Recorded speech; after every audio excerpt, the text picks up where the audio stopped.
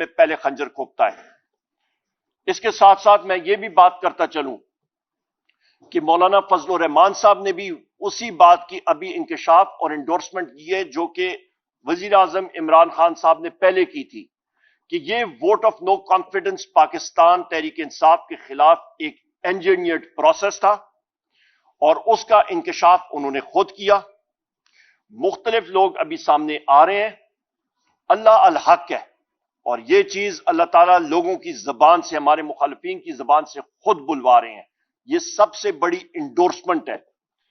इस अमल में मौलाना फजलुर रहमान ने भी इस धांधली के प्रोसेस के हवाले से बात की है और उन्होंने भी इसका इतराफ किया है।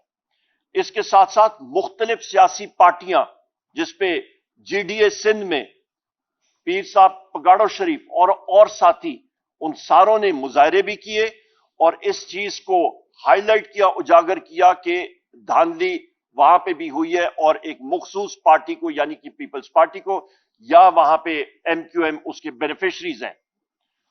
ख़वातीन और हज़रात, मैं यहां पे ये बात कहता चलूं कि vote of no confidence, engineered vote of no confidence तो हुआ, पर पाकिस्तान की मईशत को क्या हुआ?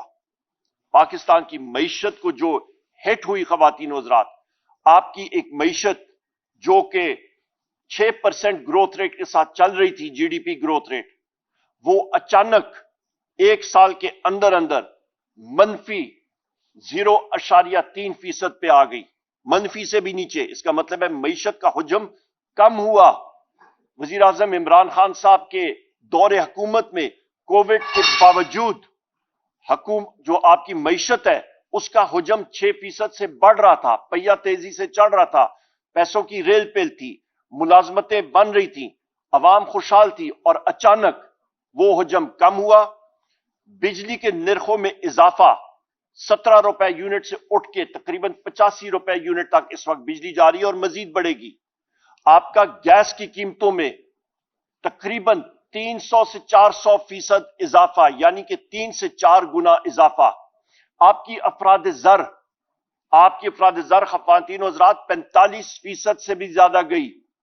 कमर तोड़ महंगाई जिसकी वजह से अवाम बेजार होकर उसने पाकिस्तान तहरीक इंसाफ को भारी मैंडेट दिया। 3 करोड़ से ज्यादा लोगों ने पाकिस्तान तहरीक इंसाफ को वोट दिया और इलेक्ट कराया। क्यों? क्योंकि उनको मालूम था कि इमरान खान साहब वो वाहिद लीडर हैं, तहरीक इंसाफ वो वाहिद पार्टी है जो कि इस भंवर से पाकिस्तान को निकाल सकती है और सही रास्ते पे लगा सकती है।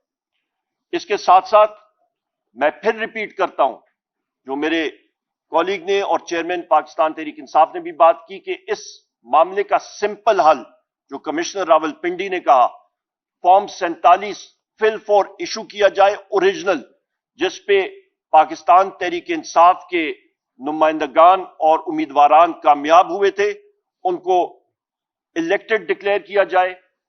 लॉन्ग टर्म में इसकी इंक्वायरी, जुडिशियल इंक्वायरी होनी चाहिए, इंडिपेंडेंट जजेस होने चाहिए और जिन लोगों के नाम कमिश्नर रावलपिंडी में लिए हैं वो इस इंक्वायरी का कतई किसी किस्म का हिस्सा नहीं बनना चाहिए। हम लोग चीफ जस्टिस पाकिस्तान से भी गुजारिश करेंगे कि क्योंकि उनका नाम यहां पे लिया गया, वो हमारे लिए मोहतरम है, पर क्योंकि उनका नाम लिया गया है तो सुप्रीम कोर्ट का जो बेंच बनता है उससे वो हम लोग एहतराम से रिक्वेस्ट करेंगे उनसे कि